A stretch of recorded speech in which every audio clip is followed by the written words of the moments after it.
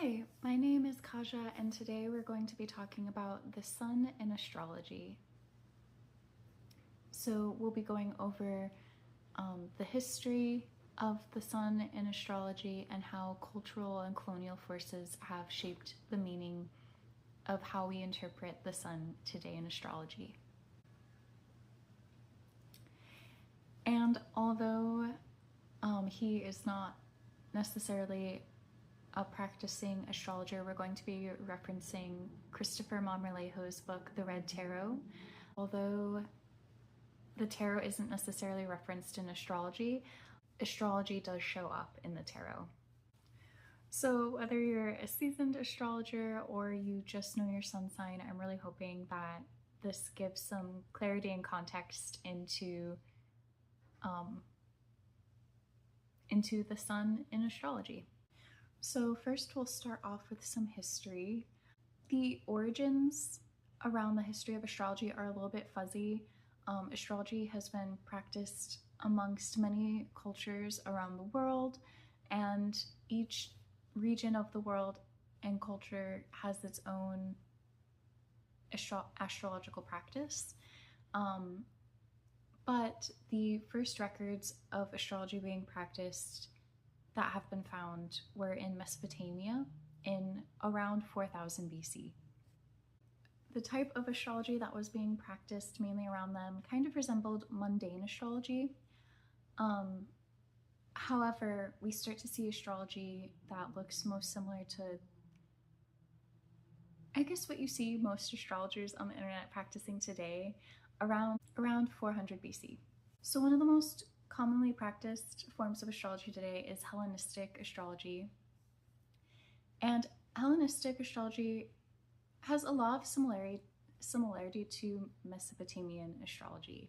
In 260 BC, a famous Mesopotamian astrologer actually moved to Greece to start his own astrology school. So it's quite possible that Hellenistic astrology stayed pretty true to its Mesopotamian roots. However, astrology in general is an evolving practice, and we see this throughout history. Like, one day, people didn't just one day wake up and have this whole system. It's been a system that's been constantly evolving and being refined over the years. So according to Chris Brennan, who wrote the book Hellenistic Astrology, he's definitely one of my favorite people to learn astrology from because he is such a scholar and historian when it comes to astrology and has actually gone through some of the oldest astrological texts in a system to practicing what we now call Hellenistic astrology. So in his book, he talks about how the Greeks started assigning the planets to different gods, just like they did in Mesopotamia. The sun in particular was associated with Helios, the god of the sun, and Helios was depicted as a charioteer who drove his golden chariot across the sky, each day bringing light and order to the world. This early interpretation of the sun links the sun to themes of visibility, leadership, and vitality.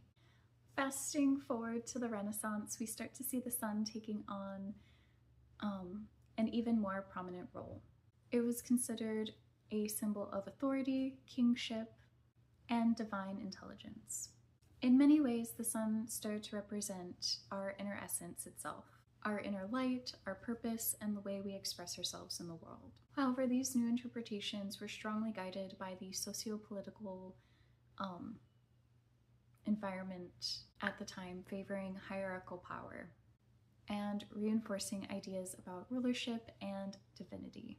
In her book, Postcolonial Astrology,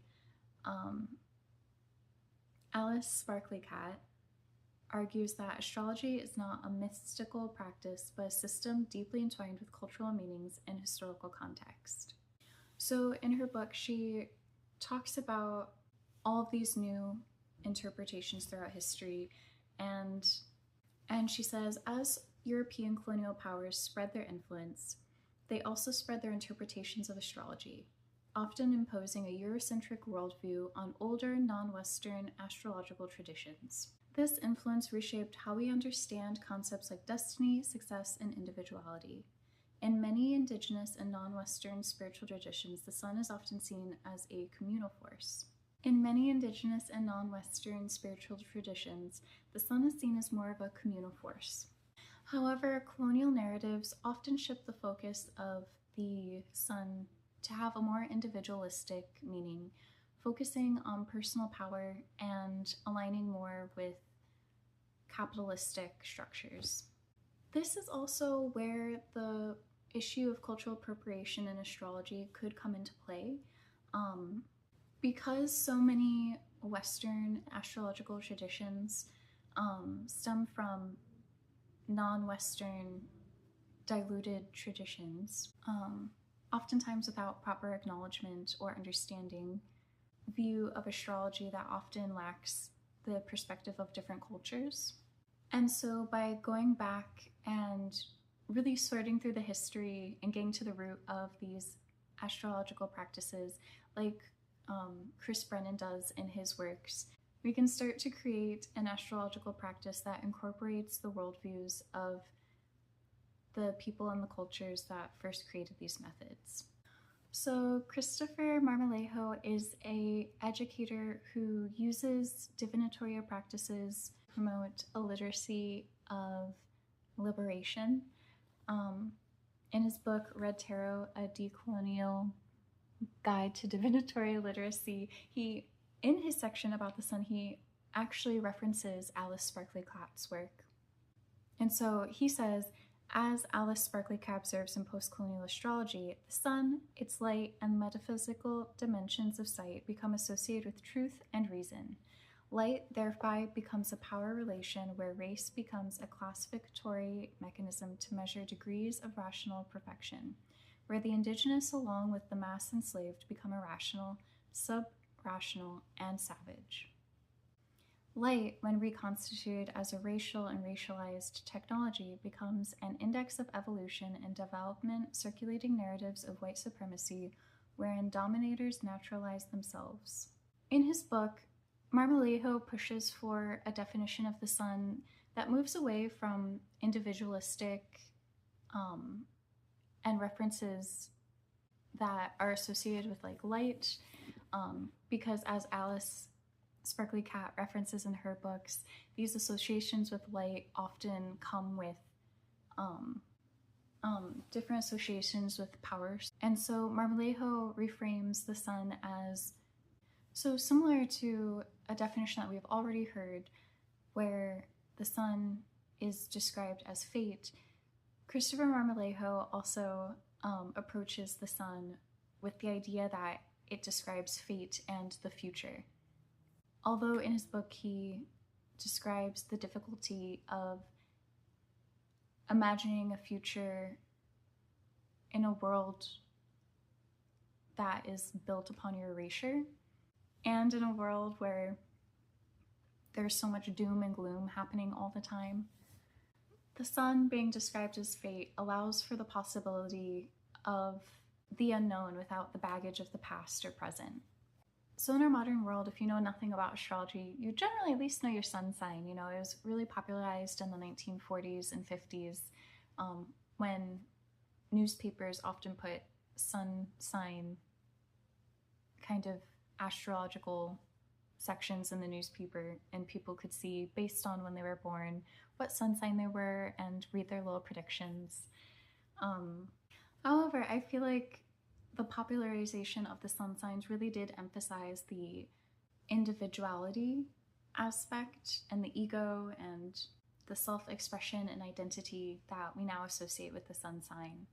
But what would it look like if we reimagined the sun sign to have a more collective meaning? Like Christopher Marmolejo suggests, what happens when we move beyond individualistic readings and move towards an interpretation that accounts for communal well-being and long-term impact? So I know I kind of touched on a couple different things, but if you take away anything from this today, it would be that by disrupting colonial narratives that are prevalent in astrology, we can open the door for more meaningful, holistic readings that take into account the diverse experiences of many people. This would allow us to move beyond rigid systems of astrology and astrological thinking into moving into a practice that is dynamic and evolving, which goes back to a point that I made earlier, which astrology is still evolving. And by studying and understanding astrology's historical roots and the forces that shaped it into what it currently is, we can approach our astrological practice with more inclusivity and with a critical eye. And so that's it for today.